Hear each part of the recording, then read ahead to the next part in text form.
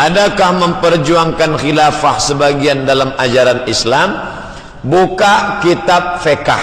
Balik dari sini, buka kitab fiqh. Kitabus shalah, kitabus saum, kitabul hajj, kitabul umrah, kitabun nuzur, kitabul jihad, kitabul khilafah. Kitabul jihad, bila boleh berjihad, siapa yang memerintahkan jihad, apa syarat jihad. Sekarang kitabul jihad tak boleh pakai, sebab kalau sudah sebut jihad, teroris, pengganas. Kitabul khilafah, kitab yang paling tua tentang masalah bagaimana cara mengangkat pemimpin, bagaimana menjatuhkan pemimpin, bagaimana mengangkat wazir.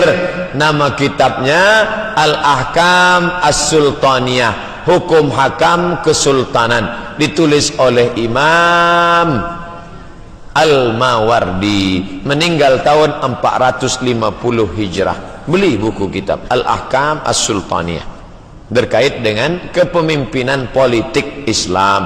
Bagaimana umat Islam yang tidak memperjuangkan khilafah? Politik Islam, khilafah itu artinya politik Islam, ekonomik Islam. Ini hotel Islamic, hotel syariah. Saya ustaz, duduk kat hotel yang tidak syar'i, tentu saya rasa susah hati. Ada Habib Lutfi bin Yahya tak mau duduk kat hotel. Bila diundang dia di suatu kota, dia tak mau. Dia nak duduk di rumah jamaah atau di hotel syariah. Saya pergi ke Yogyakarta, saya duduk di hotel syariah, Islamic Hotel. Saya duduk di Sumatera Barat, Bumi Minangkabau, Sumatera, saya duduk kat hotel syariah. Saya duduk di Kuala Lumpur di rumah jamaah karena lebih selamat. Kadang kita kalau tidak di hotel syariah, menengok orang ada yang kain belum selesai dijahit, ada yang kurang tinggi 1,70 meter tapi kain cuma 50 cm. Tentu kita tak boleh tengok ini. Maka alhamdulillah di hadapan masjid kita, ni masjid ada hotel syariah, punya orang Melayu, pakai syar'i. Sahabat-sahabat saya yang datang daripada Sumatera, daripada Kalimantan, Indonesia, nak pergi umrah, transit, menunggu pindah flight dari Kuala Lumpur ke Jeddah. Dia bermalam di mana? Bermalam di hotel yang syar'i. Maka ini perjuangan. Maka Islam ada ekonomik, Islam ekonomik, ada politik. Islam bukan mati. Asal sudah sebut Islam, akikah, walimah, takziah.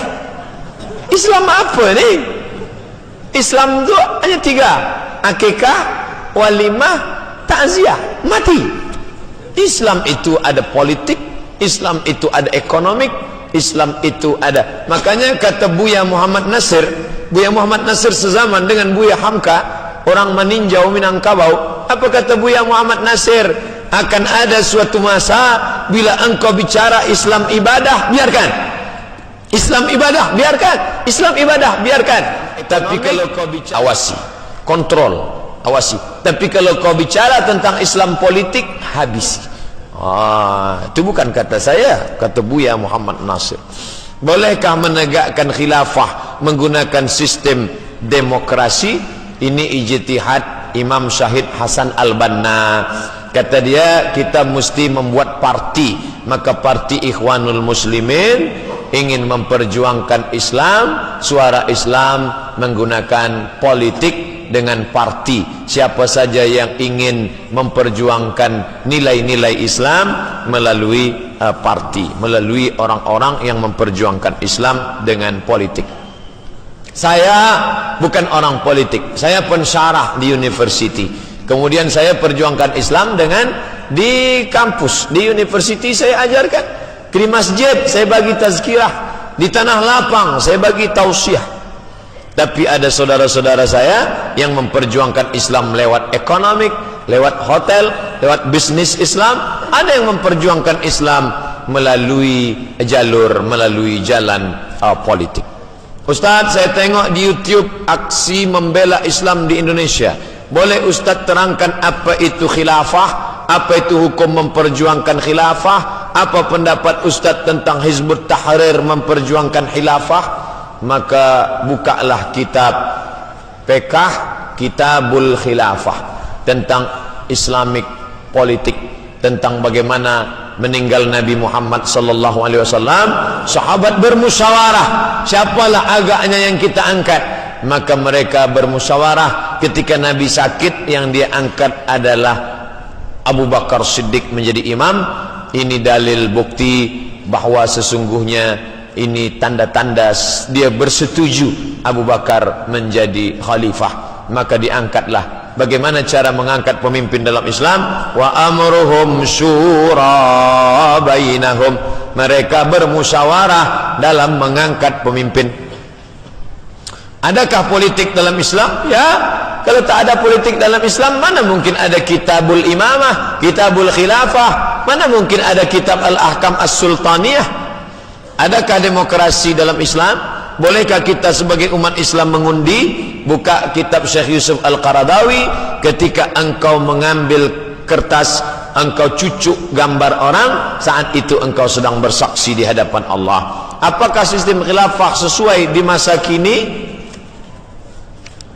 Pemerintah Arabia, kerajaan. Sekarang Salman menggantikan saudaranya Abdullah menggantikan Salman bin Abdul Aziz, menggantikan Abdullah bin Abdul Aziz, menggantikan saudaranya Fahad bin Abdul Aziz, menggantikan saudaranya Faisal bin Abdul Aziz, menggantikan saudaranya Khalid bin Abdul Aziz, menggantikan saudaranya Saud bin Abdul Aziz, menggantikan bapa mereka King Abdul Aziz. 7 diangkat melalui apa? Maka dalam Islam mesti diangkat melalui syura. Syura itu adalah alul halli wal aqdi. Alul halli wal aqdi bermusyawarah, maka diangkatlah. Seperti meninggalnya Nabi, berkumpul sahabat, diangkat Abu Bakar Siddiq. Meninggal Abu Bakar, berkumpul sahabat, mengangkat Umar. Meninggal Umar, berkumpul sahabat, mengangkat Uthman. Meninggal Uthman, berkumpul sahabat, mengangkat Sayyidina Ali bin Abi Talib. Aku sudah pernah merasakan semua kepahitan hidup. Yang paling pahit ialah berharap kepada manusia. Sayyidina Ali bin Abi Talib. Ustaz, sila huraikan tentang maksud berharap kepada manusia dari Sayyidina Ali. Adakah berharap seperti cinta atau lainnya? Berharap kepada manusia hampa, berharap kepada benda sirna, berharap kepada kuasa akan musnah. Berharaplah kepada Allah yang tak pernah menyia-nyiakan harapan. Faman kana yarju liqa'a rabbih, siapa yang berharap kepada Allah, 2 saja kau bawa. Falyamal amalan salihah wala yusyrik bi ibadati rabbih ahada. Berharap kepada anak, kecewa kerana anak mungkin tak membalas budi baik, kita akan sakit hati. Berharap kepada istri, boleh jadi dia tidak membalas. Berharap kepada suami, boleh jadi dia menikah sekali lagi. Maka berharaplah kepada Allah Subhanahu wa ta'ala. Sakit hati muncul kerana terlalu banyak berharap kepada makhluk, maka gantungkanlah harapan kepada Allah. Qul huwallahu ahad, Allahus samad. Allah tempat bergantung, maka gantungkanlah kepada Allah Subhanahu wa ta'ala.